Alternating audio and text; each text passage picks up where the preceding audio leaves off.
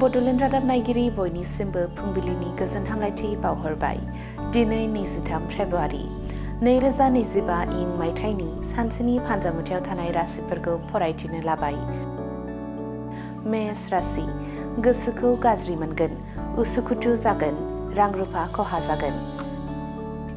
वृष राशि, खामानियाव नखरनि मदद मोननाय नङा, फालांगियाव जेंना नुजाथिगोन, मोजां खामानियाव हेंथा फैगोन। मिथुन राशि, मेगननि जेंनाया हामगोन, जेंनानिफ्राय बारग'नो हागोन, समाजाव मोजां मुं मोनगोन। कर्कट राशि, बयजोंबो मोजां सोमोन्दो खालामनो हागोन, मावनो लानाय खामानिफोरा जाफुंगोन, देहा सावस्रिखौ गोख्रों मोनगोन। सिंह राशि, साननायनि लैथोआव गोदोहाबना थागोन, बायदि हेंथा नुजाथिगोन, गोसोआव गोजोन गैयै जागोन।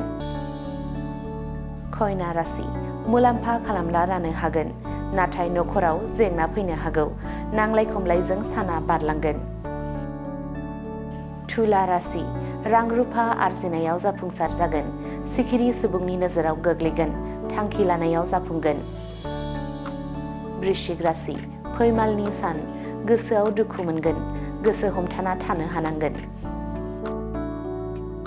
धनु राशि, देहायाव गोख्रों बोलो फैगोन, खामानिखौ थि समाव मावफुंनो हागोन, गाहाम सान। मकर राशि, बिसि फिसायनि गेजेराव अनलायनाय थागोन, गोजोननि सान, मोजां सम बारहोनो हागोन। कुम्भ राशि, गोदान लोगोजों सिनायथि जागोन, मोजां खामानि मावनो हागोन, खामानिनि गेजेरजों बयजोंबो सिनाय जागोन। मीन राशि, थांखियाव सौहैनो हागोन, साननाय लुबैनाया जाफुंगोन, जेंनाफोरा जोबस्रांगोन।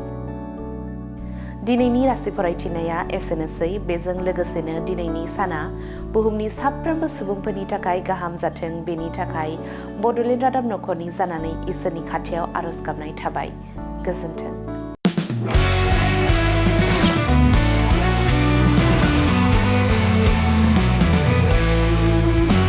नोंथांनि जिउआव जायखिजाया खामानियावनो हेंथा नुजाथिदों नामा? गोब्राब नाजासेयावबो जिउआव जाफुंसारनायखौ मोननो हायाखै नामा? जुदि नोंथाङा बेफोर बायदि जेंनाफोरजों मोगा-मोगि जानांदोंब्ला बे खेबनिफ्राय जिंगासिनांगौ गैलिया। मुलुग दरबाराव तन्त्र मन्त्रनि थाखाय बयनिख्रुइबो मुंदांखासिन थावनियानो जादों मायां। मायांखौ साधु बिद्यानि रायजो होननानैबो मिथिनाय जायो। बे मायांनिफ्रायनो तान्त्रिकनि सोलोंथाइ लानानै फैदों मुंदांखा रबि कबिराजआ। बिथांनिफ्राय नोंथाङा नोंथांनि जिउनि गासिबो रोखोमनि जेंना जेंसिफोरखौ सुस्रांनानै लानो हागोन। बिसि फिसायनि गेजेराव जेंना, गोसो थोनाया गारनानै थाङोब्ला लाबोफिननाय, जुलिनि जेंना, साख्रि मोननो हायै, हा-हु, धोन सम्पथिनि जेंना, बायदि बायदि जेंनानिफ्राय उदां जानो एबा सुस्रांनानै लानो थाखाय नोंथाङा दिनैनो दानो जगाजग खालामनो हागोन रबि कबिराजखौ। रबि कबिराजखौ जगाजग खालामनो थाखाय मबाइल नाम्बार 7099193841 एबा 7086047381 आव कल खालामनो हागोन।